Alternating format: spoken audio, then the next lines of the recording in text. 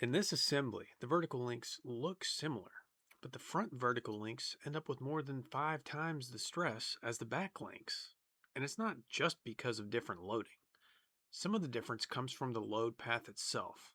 Don't stress out. Today, we'll walk through this exact example. Our assembly experiences a 20 kilonewton load at point A. The four vertical links have 8 millimeter by 36 millimeter rectangular cross sections, and the pin diameters are 16 millimeters. Determine the maximum average normal stress in MPa in the links connecting BD and CD. Maximum average normal stress is defined as the average load over the minimum loaded area. Let's define our equations for link BD and CE like this. To solve these equations, we need to determine the average loads and minimum loaded cross-sectional areas in members BD and CE. Since the only known load is at point A, let's take a look at the free body diagram for member ABC.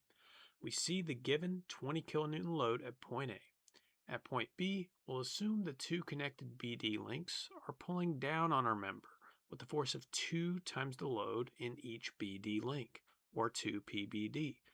At point C, we can reason that the two connected CE links are in compression, pushing up on our member and preventing rotation with a force of 2 times the load in each CE link. With the free body diagram complete, we can utilize principles of static equilibrium to develop our information. Summing the forces in the y direction and summing the moments about point B with each equation set to zero motion, we now have a system of two equations and two unknowns. Solving this system gives the load in member CE 6.25 kilonewtons and member BD 16.25 kilonewtons. With our loads now determined, we'll turn our attention to the areas that result in the maximum average normal stress. This is the tricky part of the problem. Since the members have pinned connections, there's a subtle difference in the areas we'll need in the tension link BD versus the compression link CE. Let's start with link BD. In link BD, the smallest area under our average tension load occurs at the pin location and is shown in red. The area in this case can be determined with this expression, and with the geometric data given in the problem statement, we can calculate the minimum loaded area for link BD. For compression link CE, since the pin is supporting the load under the compression, we can model the problem as continuous material and simply utilize the typical cross-sectional area of link CE. Our final unknowns have now been determined, and we're ready to calculate our solution.